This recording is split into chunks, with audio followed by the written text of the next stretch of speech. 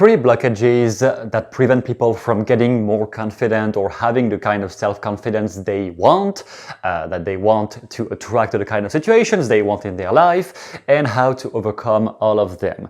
The very first one I want to discuss is the problem or the fact that when children come to life, when you were like 3-4 years old, unless you have been molested or you have been abused by your parents, outside of those extreme situations, children usually have the most immense self-esteem and self-confidence ever because they are not trapped yet into the school system where they have to reduce their value as a human being to the grades they received during that month or by the end of the year. And before all of that, children are usually extremely good at going into new adventures, trying new things. They don't question, should I do this? They just do. It is good to reconnect yourself to a bit of that sense of natural freedom that is within you already. The reason I am bringing that up is because if you feel like you have low self-esteem or low self-confidence, unless you were molested as a child, a different story, but if you had a normal childhood, or I would say between 0 and 3, 4, 5 years old, you had about a normal parenthood and childhood, normal parents. If that happened like this, then all the criticism, all the negative, the low self-esteem or the negative, bad self-beliefs you have, all of that has been learned either at school or into maybe some early jobs you've had where you were treated like shit, or maybe some past relationship, somebody who just made you feel very small because it was an abusive relationship, can happen. Just the point is, whatever is the thing you're criticizing yourself about, it is something that you have learned. Criticizing yourself or self-criticism is something that is being learned. It is not just your personality that makes it happen like this.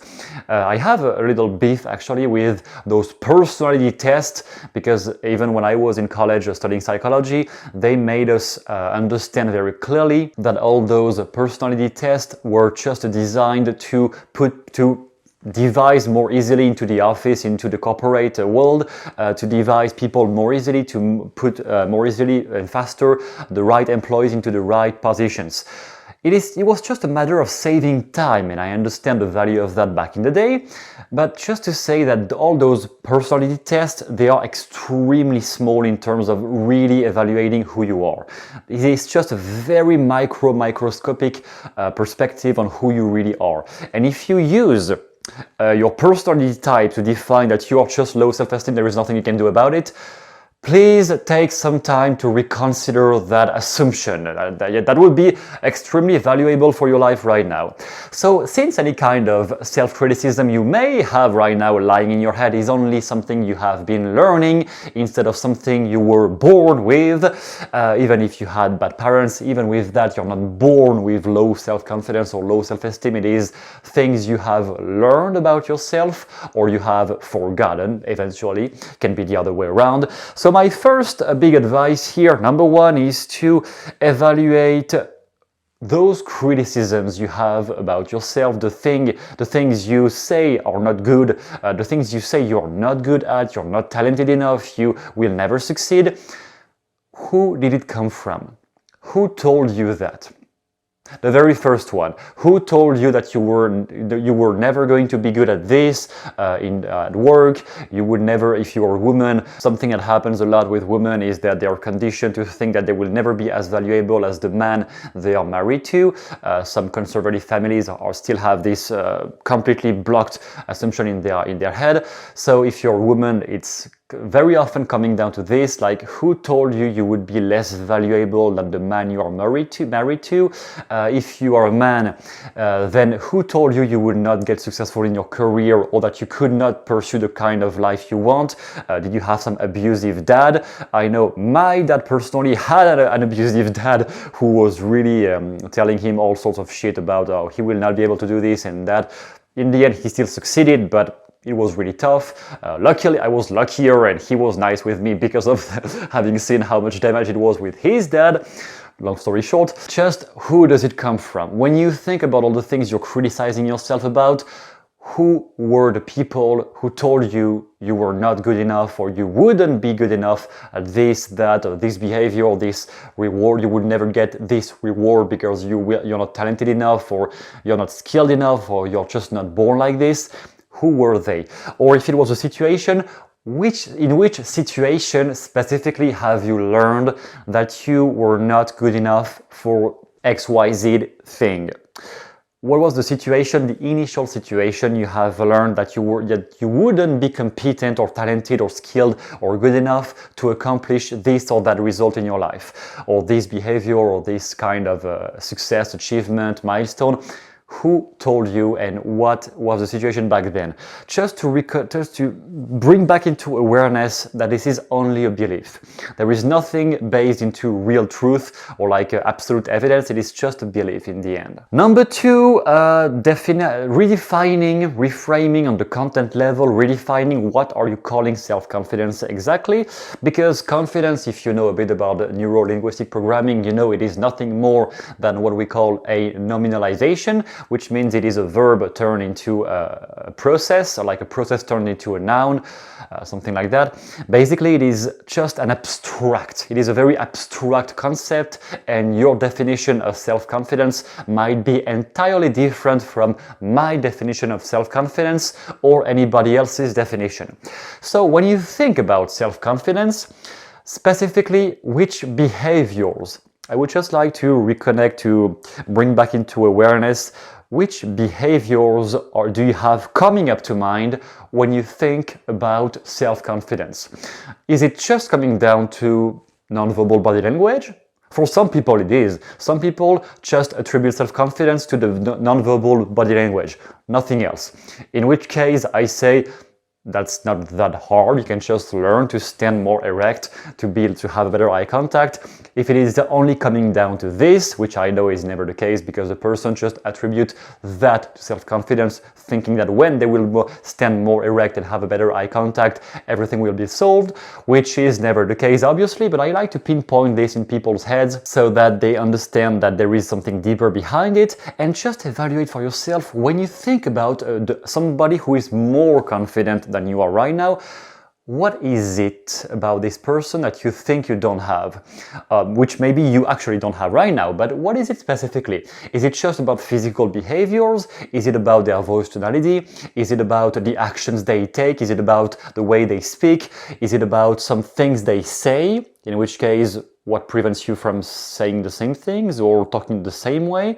It is probably going to come back to some internal feeling, maybe some wounded feeling of, oh, I can't do that.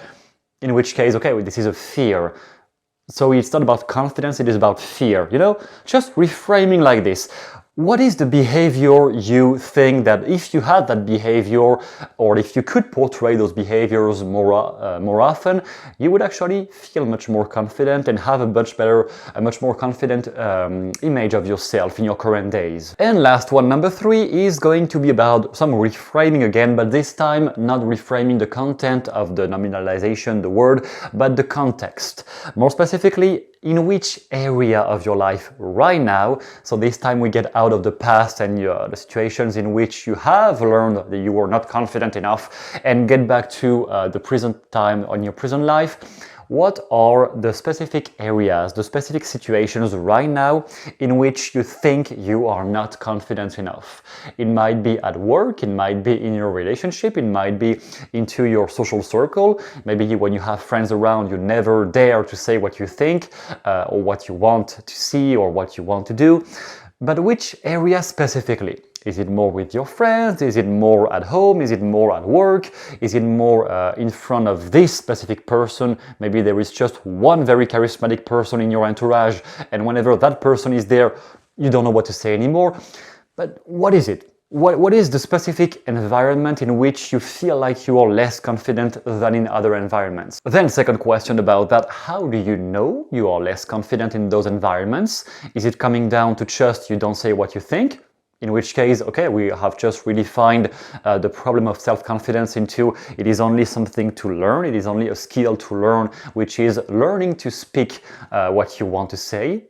learning to be honest and authentic in your conversations. So we have redefined this whole broad concept of self-confidence to just one simple skill, learning to speak more authentically. That's all, which is a much less problematic behavior and thing than becoming confident, which is very abstract and very broad.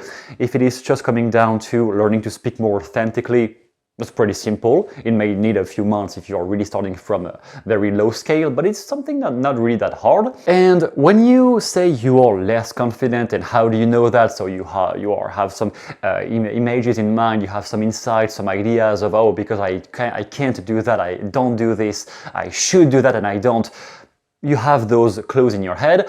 Then if you say those things are the result of low self-esteem or low self-confidence, it means you're comparing yourself. You're comparing yourself to somebody else, to a class of people, to a general behavioral type of people. So who are the people you think are really confident in that context? Not confident in general in life, in that context. That specific area in which you think you are low self-esteem, low self-confidence, who are the people who are confident in that specific area you are not really authentic into, maybe? And what are those people doing? The people you think are really confident in your area of choice, in your area of your problematic area, those people, what are they doing or saying or looking at specifically that you are not doing, and how can you start doing that yourself too? That is all for this video on self-confidence. You can join me by subscribing on the channel and look at the other self-confidence videos I have on the channel. See you soon.